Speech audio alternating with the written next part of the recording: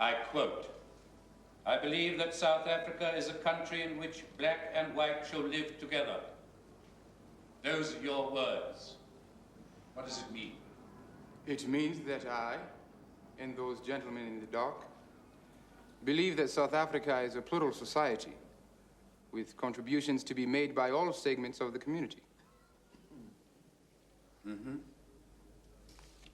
Are you familiar with the language in some of these documents the accused have discussed with black groups? Yes, since some of those documents were drawn up by me.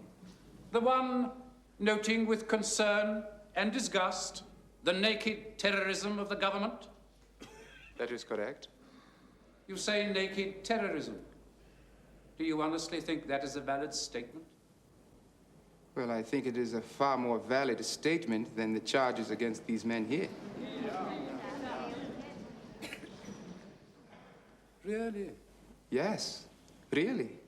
I am not talking about words. I am talking about the violence in which people are baton charged by police, beaten up. I'm talking about police firing on unarmed people. I'm talking about the indirect violence you get through starvation in the townships. I'm talking about the hopelessness, the desolation of the transit camps. Now, I think that, all put together, that constitutes more terrorism than the words these men have spoken here, but they stand charged. And white society is not charged. When you and others in black consciousness speak, you say, "Our true leaders have been banned and imprisoned on Robben Island." Who are you referring to specifically? Specifically, we refer to people like Mandela, Sobukwe, people like Govan Mbeki. And is it not true that the common factor with these people is that they have advocated violence against the South African government? The common factor with these people is that they have selflessly pushed forward the struggle of the black man. So, your answer to this so-called naked terrorism is to provoke violence in the black community. No, our movement seeks to avoid violence. But your own words call for direct confrontation. That's right. We demand confrontation. Isn't that a demand for violence? Well, you and I are now in confrontation, but I see no violence. But nowhere in these documents do you say that the white government is doing anything good? Well, it does so little good, my lord, that it is not worth commenting on.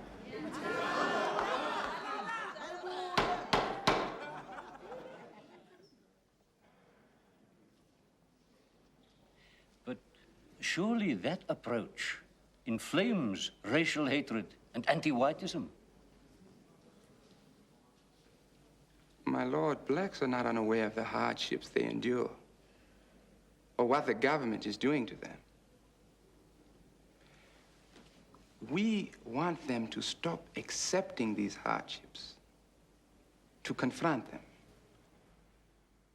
People must not just give in to the hardships of life. They must find a way, even in this environment, to develop hope.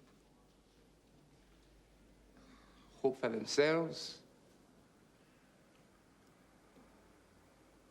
hope for this country.